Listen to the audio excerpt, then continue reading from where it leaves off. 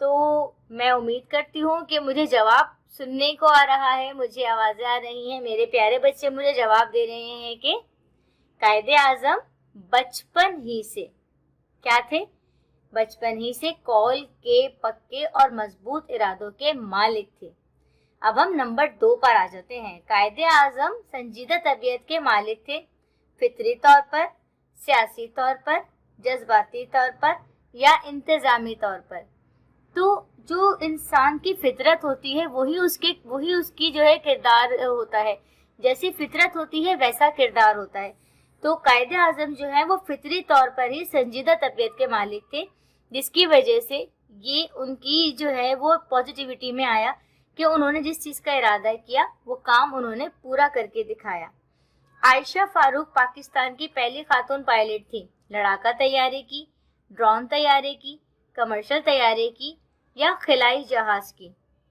تو آپ مجھے بتائیں گے اس کا جواب, جو کہ مجھے لگ رہا ہے کہ آپ مجھے جواب نمبر 1 بتائیں گے کہ مس اس کا جواب نمبر 1 ہے, جو کہ ہے لڑاکا طیارے کی. ٹھیک ہے, اب ہم آ جاتے ہیں پاکستان کے قومی شاعر ہیں. کون ہے پاکستان کے قومی شاعر؟ احمد فراز, علامہ اقبال, فیض احمد فیض یا مرزا غالب؟ بتائیے. یہ تو سب کو ہی پتا ہے, سب مجھے کہیں گے مس جواب نمبر 2 ہے, ہم اس پر صحیح کا نشان لگائیں گے کیونکہ علامہ اقبال ہمارے قومی شاعر ہیں. ٹھیک ہے, اب آخری ہم آ جاتے ہیں صحیح کے نشان کے اوپر کہ شمس العلماء بن داؤد پیدا ہوئے. کہاں پیدا ہوئے؟ حیدرآباد میں, ضلع سانگھڑ میں, ضلع دادو میں یا پھر ضلع خیرپور میں؟ بتائیے. جی ہاں, جواب نمبر 3 جو ہے وہ درست جواب ہے, ضلع دادو میں. ٹھیک ہے, تو میں امید کرتی ہوں کہ یہاں پر آج میرے لیسن پڑھانے کا اور سمجھانے کا جو طریقہ رہا وہ آپ لوگوں کو یقیناً پسند آیا ہوگا, اور آپ لوگ مجھے ضرور بتائیے گا گروپ کے اندر کہ مس آج آپ نے جس طرح سے ہمیں پڑھایا ہے اور سمجھایا ہے وہ طریقہ ہمیں اچھا لگا یا اچھا نہیں لگا یا جیسا بھی لگا. میں امید کروں گی کہ میرے پیارے بچے مجھے ضرور اس بارے میں بتائیں گے, اور مجھے اپنی دعاؤں میں ضرور یاد رکھیے گا. میں بھی آپ سب کو اپنی تمام دعاؤں میں ہمیشہ یاد رکھتی ہوں. انشاءاللہ تعالی ہماری جلد ملاقات ہوگی, اسکول جلد کھلیں گے, اور جب تک نہیں کھل رہے ہیں ہم اپنے بچوں کے ساتھ اسی طرح سے کنیکٹ رہیں گے. اجازت دیجیے, اللہ حافظ.